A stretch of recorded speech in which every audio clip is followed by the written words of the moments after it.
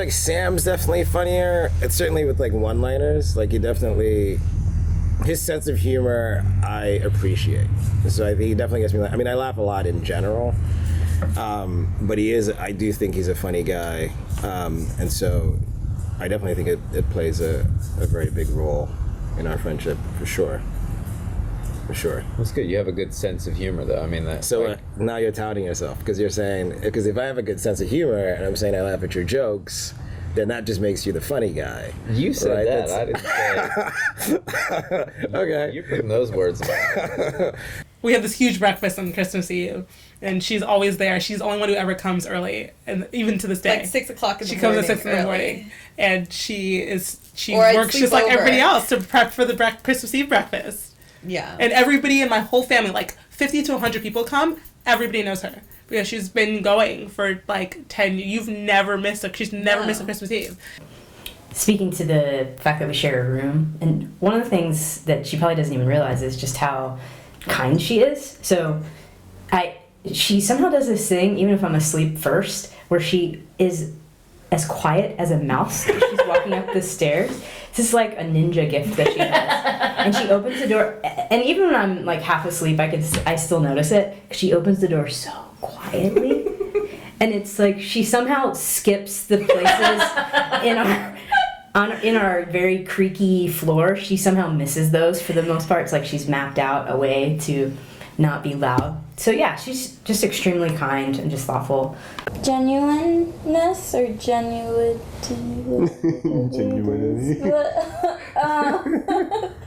Like, just knowing that, like, every action or everything he says, he has meaning behind it. It just all gelled, and he let me be me and still kept coming back for more. And I thought, okay, because I can be crazy. So, but he was okay. He kept coming back. Okay, I don't care. I like that, So I think for me, that's kind of how we moved along and got to this point. Yeah. We just had so many fun experiences, and I never felt that if I was blunt or angry or mad about something, because I was sort of basically bullied pretty freaking badly. You were. Yeah, and when I could be angry about that without it feeling aggressive, because sometimes when you're African American, you grow up with all people who are Caucasian, any sign or hint of anger is aggression. When I first had to meet her, like, family, her father, I was like, did you tell them that I'm black? Did they know this? This is a big thing.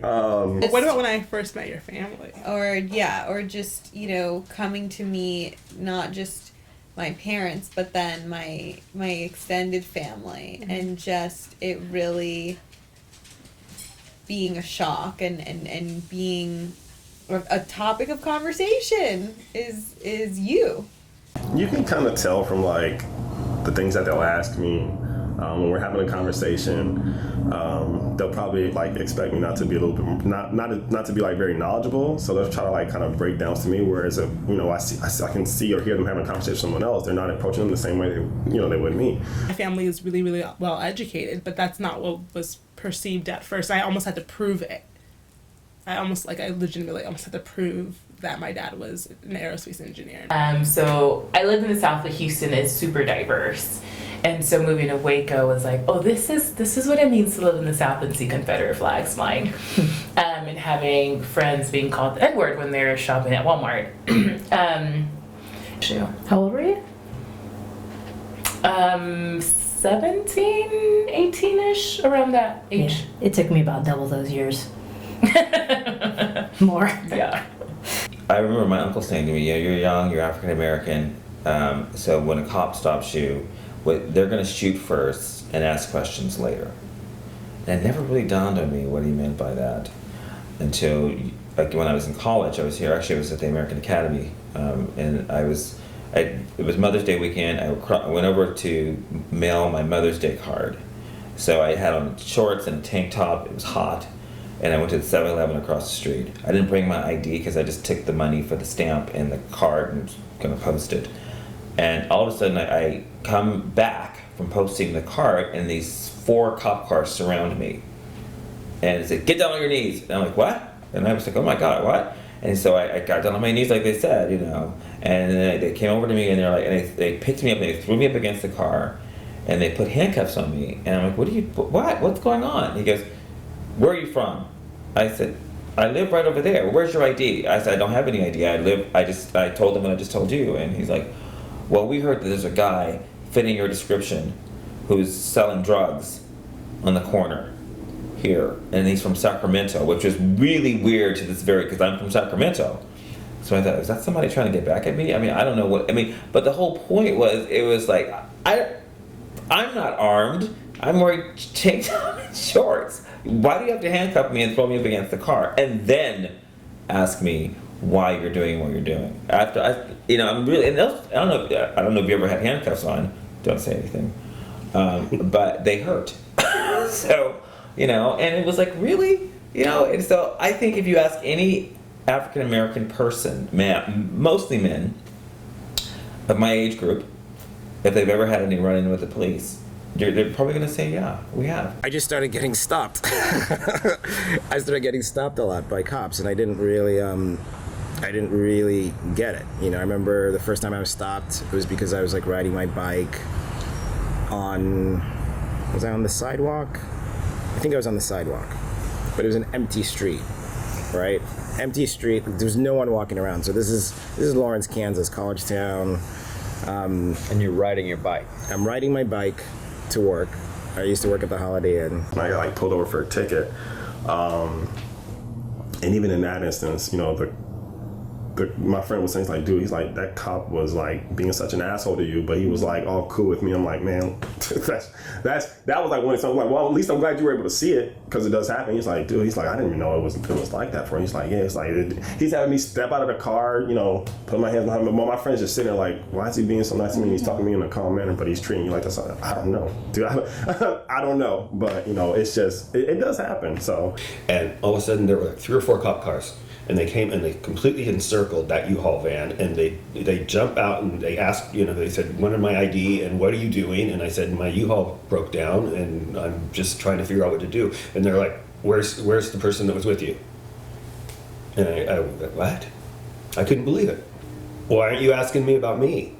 It was just probably, like I say, it was later in life, but it was definitely the first time that I just really got hit with that here we were, 2 people doing the exact same thing, making the exact same actions, going and doing the same exact movements, and yet they came and they were so concerned about him. And I was fine. They didn't want anything to know about me. Claudia Rankin was reading, and her book had just come out, Citizen, and I think it had recently been awarded the National Book Award, and I had never heard of it. But as she was reading excerpts from her book, which essentially captures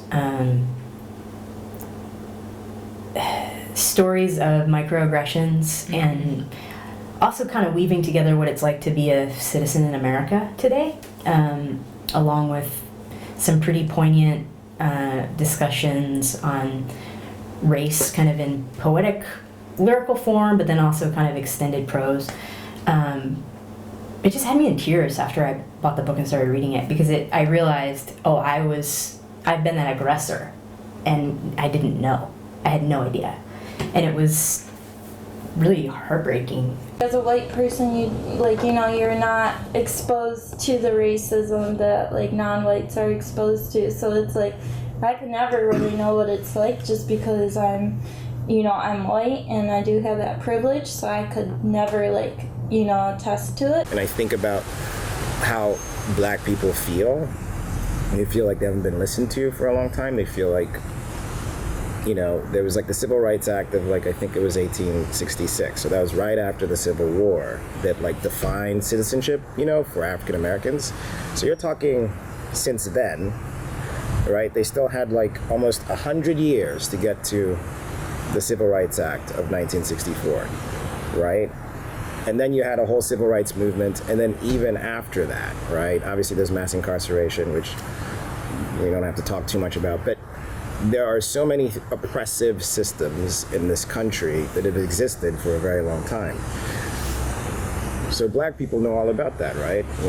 I'm a son of a slave. My grandma was, we still had the house on the plantation that she was working in and stuff like that. So this wasn't so long ago. Your mom was through this, and her mom was through this. So. I remember when I lived in Waco, for a while I lived in this like high-rise apartment like downtown, a block away from the courthouse, and there was this like lynching that happened, and I don't remember what year, but postcards were made from it, and it happened right in front of the courtyard of the courthouse. And so right by my apartments was the Brazos River, and there was like a river trail. And I remember oftentimes, like it was just really hard to live there, especially like en route to school. Like I would always pass by the courthouse, and just seeing the trees, it just hurt a little bit.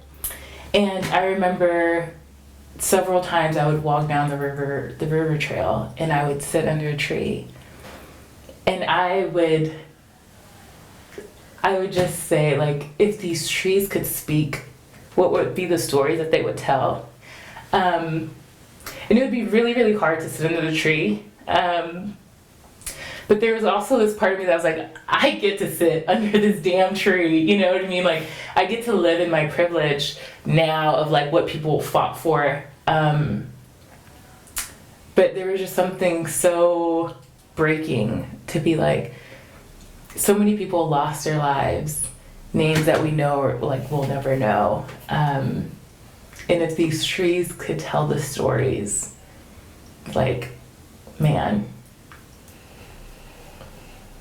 Just going back a little bit earlier to when, you know, I would go to Ashani's house and I would see just a contrast from my house in the energy and the food and the experience and the music and even the discussions and just like everything. And it was really hard for me to then return back to my house. It was kind of like seeing how great things could be and then realizing like, oh, we're still not there yet with my family. And so as much as I always like wanted to be a part of Ashani's family, sometimes it came at the expense of rejecting my family and myself. And in those times, it was Ashani that kind of picked up the pieces and said, you know, you're okay. And you're strong. And even if you don't have your family, like, you have mine.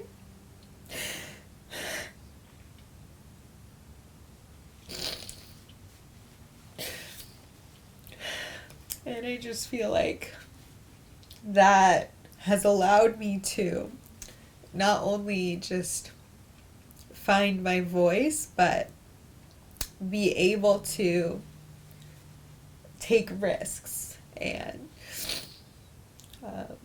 explore things that are uncomfortable because once you have a friend that you actually love, the next time someone makes a comment or something happens in the news, it's no longer that thing that you can have an idea about. It's the person that you love that you're now talking about. But I do think a world exists where we treat each other better, where we understand each other better, and you appreciate the differences.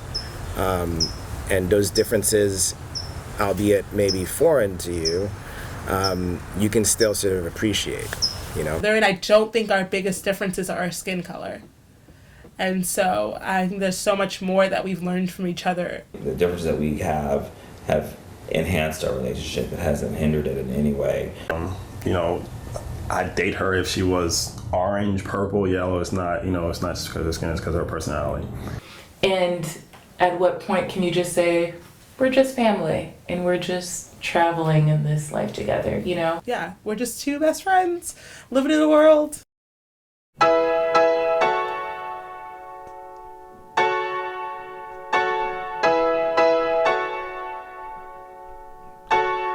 This is my conquering song, laid on a wave so strong, but the broke down